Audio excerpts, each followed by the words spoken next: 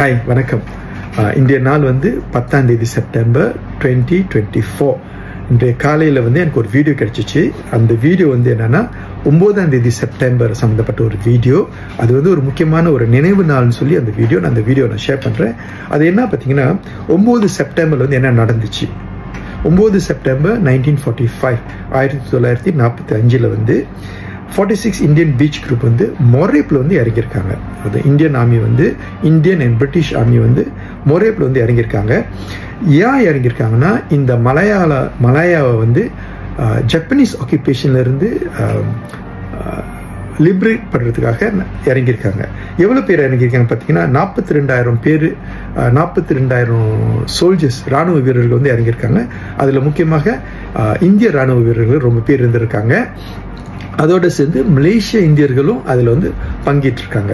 So இது வந்து ஏன் நான் சொல்கிறேன்னா, இந்த மலேசியா நாட்டின் சுதந்திரத்துக்கு வந்து இந்தியர்களோட பங்களிப்பு வந்து ரொம்ப முக்கியமாக மலேசிய இந்தியர்களோட பங்களிப்பு இருக்குது. சரியா?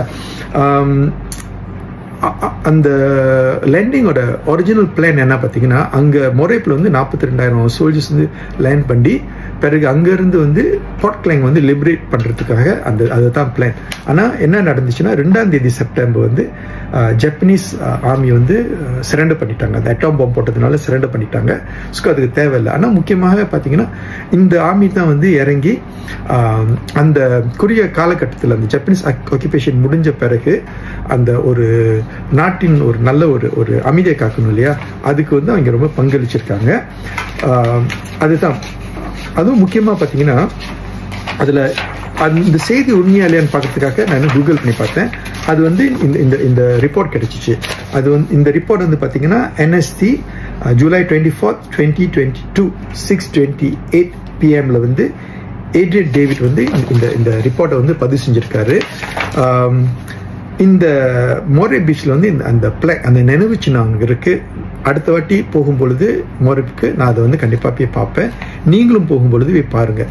இதை நான் ஏன் பதிவு செய்கிறேன்னா பார்த்தீங்கன்னா, ரொம்ப பேர் சொல்லுவாங்க இந்தியர்களின் பங்களிப்பு வந்து இந்த நாட்டின் சுதந்திரத்துக்கு வந்து இல்லை அல்லது கம்மின்னு சொல்லுவாங்க. ஆனால் இந்த ரிப்போர்ட் வந்து காமிக்குது ரொம்ப பங்களிப்பு இருக்குன்னு. அதே நேரத்தில் வந்து இந்த ரிப்போர்ட்டில் என்ன சொல்லியிருக்காங்கன்னா, Sanjeev added the Indian troops had also fought and defended Malaya against Japanese assault during World War II in Jitra, Slim River, Kampar and Kota Bharu. So பார்த்தீங்கன்னா இந்தியர்கள் வந்து இந்த நாட்டின் சுதந்திரத்துக்காக ரொம்ப போராடி இருக்காங்க. அதே நேரத்தில் வந்து அந்த ஜப்பனீஸ் ஆக்குபேஷன் காலகட்டத்திலே வந்து ஜப்பனீஸ் வந்து எதிர்த்தும் போராடி இருக்காங்க. இதை வந்து நம்ம வந்து கண்டிப்பாக பதிவு செய்யணும். இதை ஷேர் பண்ணுங்க.